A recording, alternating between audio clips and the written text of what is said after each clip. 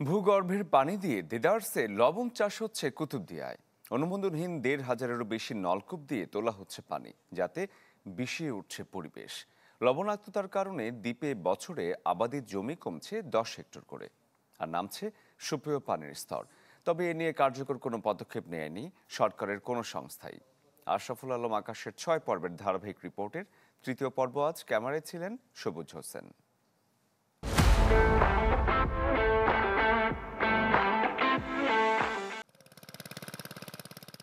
মাটির নিচ থেকে তোলা হচ্ছে পানি, ফসলের সেচ কাজ কিংবা পান করার জন্য নয়। ভূগর্ভস্থ নোনা পানি দিয়ে তৈরি হচ্ছে লবণ। কক্সবাজারের কুতুবদিয়া দ্বীপের বাসিন্দাদের প্রধান জীবিকা মাছ শিকার হলেও এখানে রোজগারের দ্বিতীয় উৎস হয়ে উঠেছে লবণ চাষ। কিন্তু এই কর্মকাণ্ডে পিছিয়ে উঠেছে দ্বীপের পরিবেশ ও ফসলি জমি। সমুদ্র ও খাল থেকে নোনা পানি সংগ্রহ করে যুগের পর যুগ লবণ চাষ হয়ে আসছিল এই দ্বীপে। তবে গত ৮ বছরে বদলে গেছে চিত্র। ডিজেল চালিত পাম্প দিয়ে ৩০০ থেকে ১০০০ ফুট গভীরে গিয়ে তোলা হচ্ছে নোনা পানি। এখন খালত না পানি নগলে এবার ডিপ এগুম বই প্রত্যেক গোনা গোনা ডিপ বই।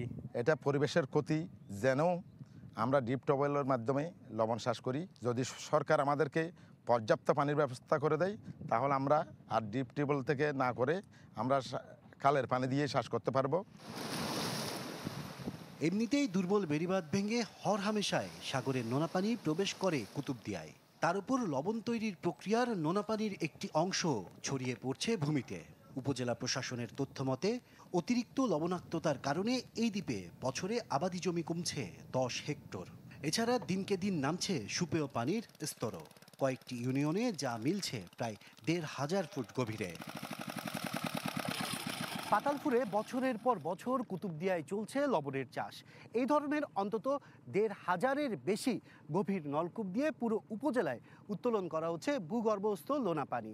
পরিবেশের ক্ষতির পাশাপাশি এতে মারাত্মক সংকট দেখা দিয়েছে মিঠা পানির। লবণ চাষের আকৃষ্টর কারণে কি পরিমাণ যে আমাদের ভূগর্ভস্থর নিচে যে আমাদের এই যে মিঠা পানি আমরা পাবো না, এটা আমাদের জন্য ভয়ঙ্কর কারণ হচ্ছে ভবিষ্যতের জন্য। মূলত বেসিক থেকে যদি আমাদের এই বিষয় নিয়ে কোনো নীতিমালা কোনো কিছু আমাদের উপজেলা প্রশাসন বা সরকারের নজরে আনে, আমি এক্সিকিউটিভ ম্যাজিস্ট্রেট হিসেবে সরকারের পক্ষ থেকে এটা আমরা মনিটরিং করব। অনুমতি ছাড়াই কুতুবদিয়ার প্রায় প্রতিটি ইউনিয়নে বসানো হয়েছে নোনা পানি তোলার নলকূপ, কিন্তু নীরব ভূমিকায় বিসিক। আর সেসব নিয়ে কিছুই জানে না খোদ জেলা প্রশাসক। পরিবেশ রক্ষায় আমরা নিবিড়ভাবে কাজ করি। বিভিন্ন বিষয়ে আমরা থ্রেড বেয়ার ডিসকাশন করি, ওপেন বোর্ড ডিসকাশন করি। এই বিষয়টি সেই কর্নার থেকেও কখনো আমাদের কাছে আসেনি। তবে যেহেতু আপনি জানিয়েছেন, আমরা অবশ্যই একটা ব্যবস্থা নেব। খরচ কম, লাভ বেশি, তাই লবণ চাষ যেভাবে ছড়িয়ে পড়ছে সাগরকন্যা কুতুবদিয়ায়, তাতে পরিবেশবিদদের আশঙ্কা অচিরেই বড় হুমকিতে পড়তে যাচ্ছে এখানকার পরিবেশ প্রতিবেশ। আশরাফুল আলম আকাশ, চ্যানেল 24, কুতুবদিয়া, কক্সবাজার।